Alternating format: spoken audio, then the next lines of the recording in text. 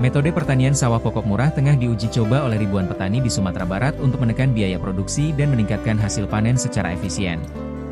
Wakil Gubernur Sumbar Vasco Russeimi mendorong riset lebih lanjut agar metode ini dapat diadopsi secara nasional, karena dinilai mampu meningkatkan indeks pertanian dan hasil panen hingga 10%.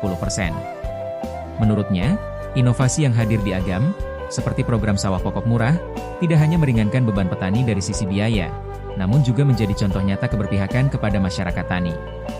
Vasco juga menyebut peran berbagai tokoh dan pemimpin daerah, termasuk perhatian dari Komisi 4 DPR RI dan kehadiran Siti Hediati Soeharto, Titik Soeharto, ke Kabupaten Agam beberapa waktu lalu, sebagai sinyal kuat bahwa program ini mendapatkan perhatian di tingkat nasional. Apalagi kemarin Bu Titik sudah datang langsung ke Agam. Ini bukan sekadar simbolik, tapi bentuk dukungan nyata. Saya yakin ini akan sampai ke pusat, dan saya juga yakin petani kita akan kembali berjaya di tingkat nasional, tambahnya.